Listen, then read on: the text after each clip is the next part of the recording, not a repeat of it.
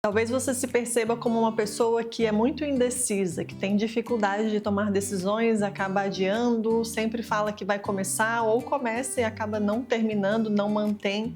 E isso pode sim te levar para um ciclo de autocobrança, de culpa, de vergonha, de frustração com a própria vida e até decisões que são muito importantes, que poderiam até mudar o destino da sua vida e te levar aonde você quer, aonde você planeja, mas essas decisões muitas vezes se tornam mais difíceis do que parece. No vídeo de hoje eu quero te mostrar que isso acontece pela maneira como você aprendeu a se relacionar com você mesmo. Quero trazer estratégias práticas para você mudar esse ciclo na sua vida e começar a tomar decisões. Eu me chamo Cris, eu sou especialista da terapia cognitivo-comportamental. Seja muito bem-vindo ao canal Psicologia para a Vida.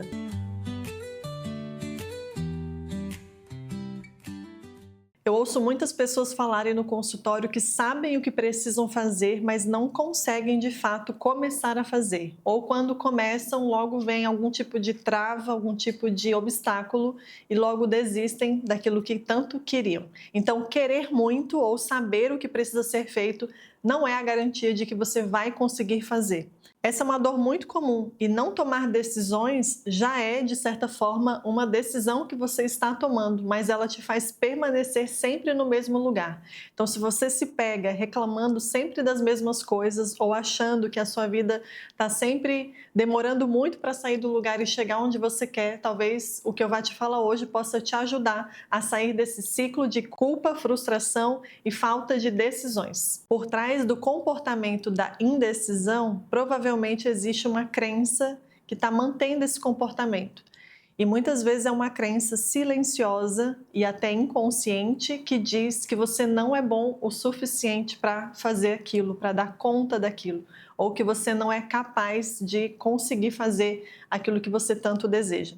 A crença não é só um simples pensamento que passa pela nossa cabeça. Muitas vezes nós nem estamos conscientes de que estamos pensando daquela forma, porque a crença ela é muito mais estrutural, ela é mais profunda do que um pensamento automático, por exemplo.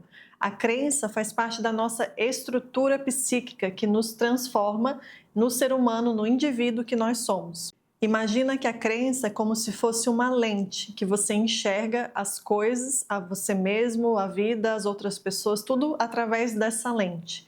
E tudo que a gente faz em termos de comportamentos está coerente com essa crença. É por isso que se existe uma crença de que você não é bom o suficiente, você não é capaz o suficiente, você não vai conseguir sustentar os comportamentos condizentes com essas crenças. Quando alguém tem essa crença enraizada de não ser bom o suficiente ou não ser capaz o suficiente, três coisas acontecem e eu quero falar sobre elas agora. A primeira coisa que acontece é evitar tomar decisões, porque tomar decisões para quem não acredita que é bom o suficiente ou é capaz pode ser uma grande ameaça, porque tomar decisões é se expor ao medo de errar, de falhar, o medo de ser vulnerável diante das outras pessoas, de ser criticado ou de decepcionar e de chegar na conclusão que você tanto teme chegar, que é aquilo que a crença fala, que é você não é bom o suficiente. A segunda coisa é você inviabilizar aquilo que você quer. Então, você não toma decisões porque começa a dizer que não dá. Simplesmente você não tem tempo, ou não tem dinheiro, ou não tem apoio, e você começa a enxergar vários problemas e situações quase impossíveis de resolver. Ou seja, você inviabiliza tomar a decisão. A terceira coisa que acontece é você estar sempre ocupado se preparando. Você está sempre fazendo algum curso, lendo alguma coisa, estudando, você está sempre dizendo para você mesmo, eu não estou parado, eu estou me preparando para tomar aquela decisão. Só que essa decisão ela acaba não chegando, porque como você está sempre ocupado e se preparando, você nunca está pronto para dar o próximo passo. Essa é uma maneira de camuflar as coisas, é como se você estivesse sendo produtiva, é como se você não tivesse tempo suficiente para tomar aquela decisão, porque você está ocupado com outras coisas, na sua preparação. É quase como uma falta de permissão para você mesmo tomar aquela decisão que poderia fazer as coisas darem certo. Como todo padrão de comportamento e crenças, a gente não nasceu com eles, a gente aprendeu ao longo da vida. Tem uma frase que diz que a infância é a única parte da nossa vida que nos acompanha por todas as outras partes. E de fato, muitas vezes você foi aquela criança que observou o ambiente que você estava e para evitar conflitos ou para evitar se sentir criticado ou decepcionando aqueles adultos à sua volta, foi se adaptando, foi se ajustando àquele ambiente. Muitas vezes foi um ambiente de muita crítica, de muita cobrança, onde você até se sentia mais aceito quando você acertava algo. Quase que não tinha uma permissão para errar, ou quando cometia um erro, era extremamente julgado, criticado e até tinha um certo distanciamento emocional. É como se errar tivesse um alto custo emocional, onde o erro significaria se distanciar do apego seguro dos seus pais ou dos seus cuidadores. E essa dinâmica de você com seus cuidadores na infância pode ter desenvolvido algumas associações, como eu não sou bom o suficiente, eu não posso falhar, se eu falhar eu vou ter um distanciamento emocional. E essas associações vão se transformando em crenças que vão formando a nossa identidade. E esse é o ponto central desse vídeo. A maneira como você viveu a sua infância te ensinou a maneira como você se enxerga hoje e lida com essas questões de desafios, tomada de decisões e se expor para a vida. Então, como nós agimos hoje enquanto adultos é reflexo de como foi a nossa infância, porque a infância constrói esse conjunto de crenças que forma a nossa identidade. Mas como isso é uma construção, a gente pode então visitar essa construção e reconstruir, ou construir algo que seja mais forte do que aquilo que já foi construído. A gente não tem como arrancar tudo o que passou, não tem como arrancar essa crença pela raiz, mas a gente tem como minimizar os seus efeitos e fortalecer crenças mais funcionais, mais saudáveis, para que você possa ter uma identidade muito mais próxima da pessoa que você quer se tornar.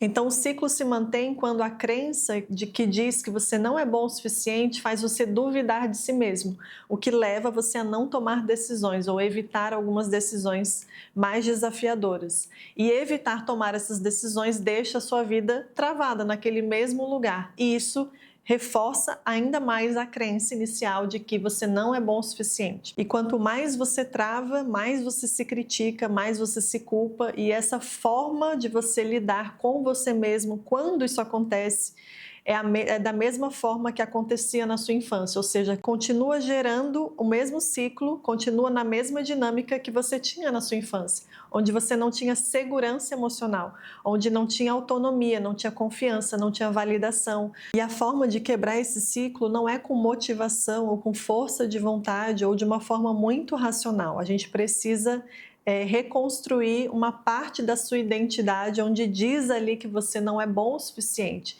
Enquanto essa crença for muito forte, estiver orientando as suas decisões, ou melhor, as suas não decisões, pelo medo de errar, pelo medo de falhar, por causa da insegurança interna, você vai continuar mantendo esse padrão. O primeiro passo é separar quem nós somos daquilo que nós fazemos. Quando nós erramos, isso não diz sobre o nosso valor pessoal.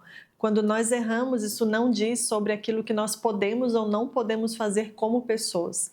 Quando nós cometemos um erro, pode apenas significar que você precisa modificar alguma coisa no seu percurso, que você precisa modificar o caminho ou a forma que você fez, ou inclusive que você está aprendendo, está se expondo às tentativas para dar certo. E não somente a tentativa de ser criticado ou decepcionar as pessoas, como a gente já falou. Se a gente começar a olhar para os nossos erros como informações e não como diagnósticos, a gente vai conseguir trazer um pouco mais de leveza para os nossos próprios erros. E eu não estou falando para você passar a mão na sua cabeça e fazer qualquer coisa, e se errar, tudo bem. Não é isso, mas estou falando que a maneira como você vai se tratar ou interpretar, significar os seus próprios erros podem fazer toda a diferença na maneira como você vai tomar as suas decisões. Muitas vezes, uma decisão poderia mudar muito o rumo da sua vida para muito melhor, fazer dar certo muitos planos que você tem, mas o medo de errar é tão forte, essa segurança interna, ela é tão inexistente ou tão frágil que acaba te impedindo de chegar nesse passo. O segundo passo é a gente criar um novo significado para a forma como você tenta e comete erros. Se você deixa deixa de se punir ou se julgar ou se depreciar quando você comete um erro ao tentar alguma coisa, você pode então mudar o significado disso. O que significa alguém que está tentando e muitas vezes comete um erro, uma falha? Pode ter um significado apenas de que ela é uma pessoa determinada ou comprometida ou que quer muito aquilo, que tem seus projetos, e uma pessoa corajosa. Uma pessoa que está errando também é uma pessoa que está aprendendo. Errar não significa que é o fim ou que só existe aquela alternativa ou que nós não podemos melhorar. Errar nada mais é do que uma informação. E se você cria esse novo significado para suas próprias tentativas e erros, você está, de certa forma, te trazendo mais segurança emocional. É como se você estivesse dizendo para aquela criança que você foi, que cometia vários erros porque estava num processo de desenvolvimento e aprendizado, que ela pode continuar errando, aprendendo, e você vai continuar acreditando e apoiando ela exatamente como ela é. Quando nós cometemos um erro ou até nos arrependemos de ter tomado uma decisão, isso não significa que nós não podemos tomar mais decisões ou que nós não somos capazes ou bons o suficiente para tomar decisões ou para acertar algo. O arrependimento significa apenas que você tem um valor e que você não foi coerente com aquele valor. O arrependimento é uma informação importante sobre qual é o rumo que a nossa vida está tomando. E isso faz parte, é muito importante, inclusive, para que a gente viva uma vida baseada nos valores. Então, desenvolver uma crença mais saudável sobre você mesmo, que vai construir uma identidade mais segura para você tomar as suas decisões e lidar com os seus erros de forma mais leve, é você sair daquele modo de avaliação o tempo todo, entre bom ou ruim, certo ou errado, capaz ou incapaz. É você sair dessa postura de avaliar você mesmo o tempo todo e entrar numa postura mais de observar e se questionar. O que eu aprendi, o que aconteceu, como é que funcionou, o que pode funcionar melhor da próxima vez em que eu tentar, em que eu tomar uma decisão e cometer algum erro ou até me arrepender. Esse modo de pensar sobre suas tentativas e erros vai te ajudar a sair do modo de autocrítica e entrar no modo de autorresponsabilidade, porque nós estamos falando aqui de nos responsabilizarmos pelas nossas decisões, pelos nossos erros e aprendizados, ao invés de nos punir, trazendo ali um ambiente de insegurança onde nos impede de tomar as decisões. Então, construir uma identidade com mais segurança não é eliminar os erros, mas aprender a se relacionar com esses erros de uma forma mais leve, mais saudável, que foi sobre isso que a gente falou no vídeo de hoje. Primeiro, separar o que somos daquilo que fazemos. Nós não somos o erro, nós somos o que fazemos a partir dele. Segundo, é mudar o significado dos nossos erros. Erro é informação e não